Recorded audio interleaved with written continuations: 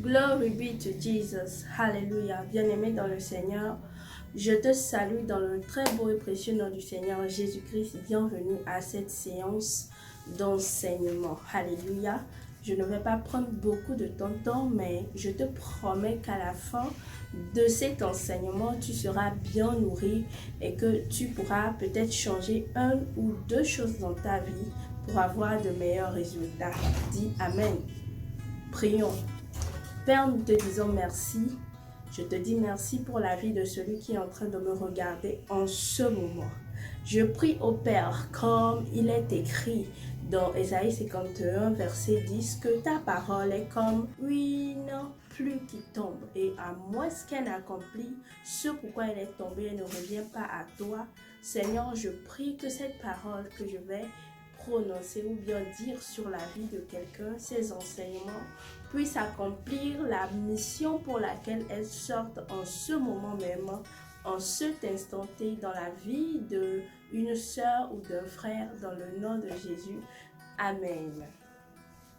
Bien-aimés dans le Seigneur, allons rapidement dans Proverbe 24, le verset 33 à 34. Il est écrit là-bas: un peu de sommeil, un peu d'assoupissement, un peu croiser les bras pour dormir, et la pauvreté te surprendra comme un rôdeur et la disette comme un homme en armes. Je vais le relire encore pour ceux qui n'ont pas bien prêté attention au mot. Il est écrit dans Proverbe 24, verset 33, verset 34.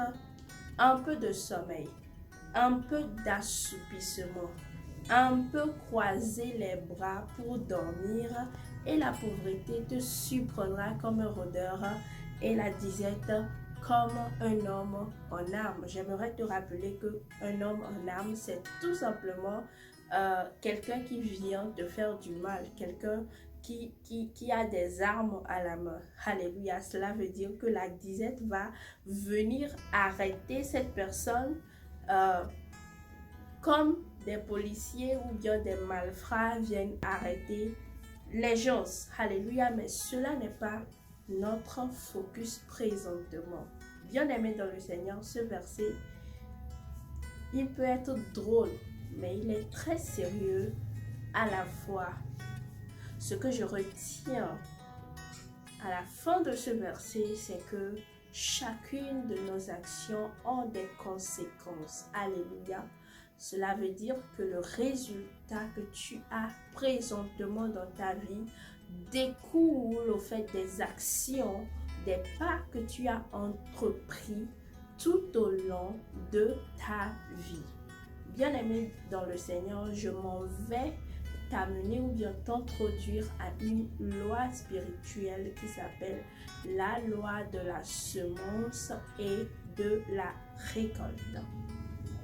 Allons rapidement dans le livre de Luc, Luc chapitre 6 verset 38, il est écrit là-bas: donnez et il vous sera donné. On vous donnera dans le sang une bonne mesure, secouée, pressée, qui déborde, car de la même mesure dont vous mesurez, on vous mesurera en retour.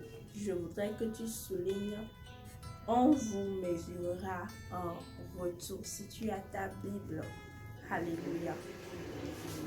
Plusieurs s'étonnent des résultats qu'ils ont dans leur vie.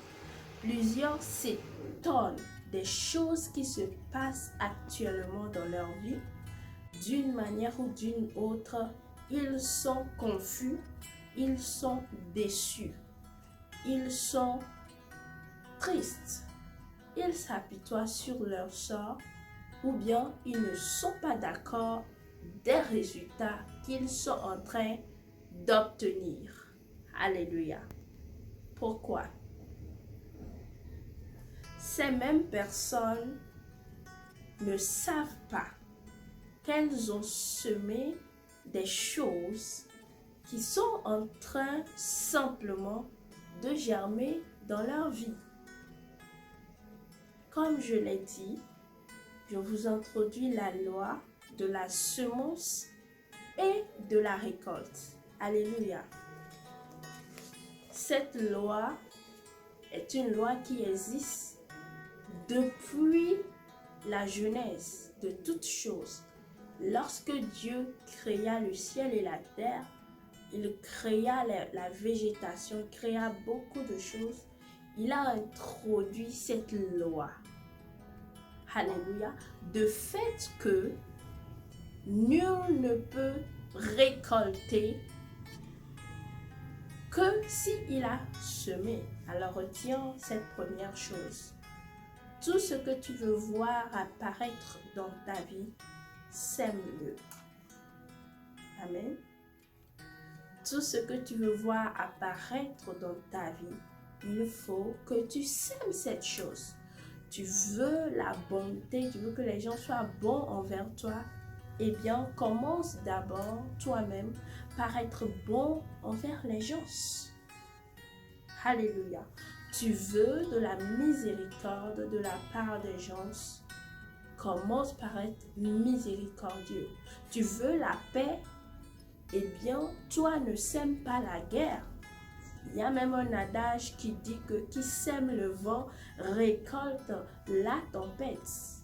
Comment est-ce qu'on peut espérer la paix si l'on est toujours en train de semer la discorde? Si l'on est en train de semer la guerre, cela n'est pas possible. Alléluia. Chrétien, bien-aimé dans le Seigneur, créature de Dieu, tu as été choisi pour un but dans cette vie. Et l'une des lois qui régit le monde spirituel dans lequel tu vis et même naturel, c'est la loi de la semence et de la récolte. Cette loi est même dans le naturel. Parce que tu ne peux pas semer une mangue, un noyau de mangue et récolter après une orange. Non, ce n'est pas possible. Ce n'est pas possible. Alors, il faut que nous prenions conscience que nous devons semer tous les jours, semer dans la vie des gens la bonté. Nous devons semer la charité, l'amour, la miséricorde. Si nous espérons avoir une vie paisible, alors semons la paix. Si nous espérons avoir une vie comblée, comblons les autres aussi. Celui qui fait du bien à autrui est en train de le faire à Dieu. Et lorsque tu fais à Dieu, Dieu te donne en retour. C'est une règle universelle à ne pas négliger. Comment peux-tu être étonné de ces résultats qui se passent dans ta vie? Alors que tu les as provoqués, alors que tu les as semés de ta propre main. Un conseil que je te donne aujourd'hui, il faut cesser d'être inconscient de nos actions. C'est le temps de prendre conscience de nos actions.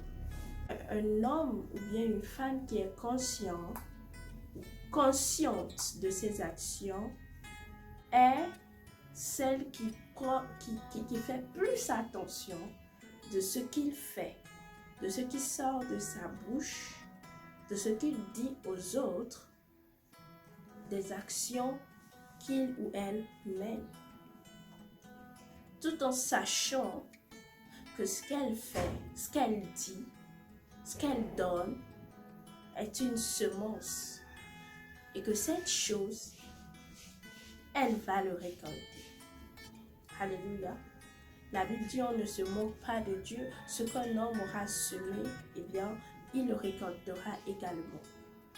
C'est sur ces mots que je voudrais finir mon petit enseignement de ce jour. Qu'est-ce que tu retiens de cet enseignement?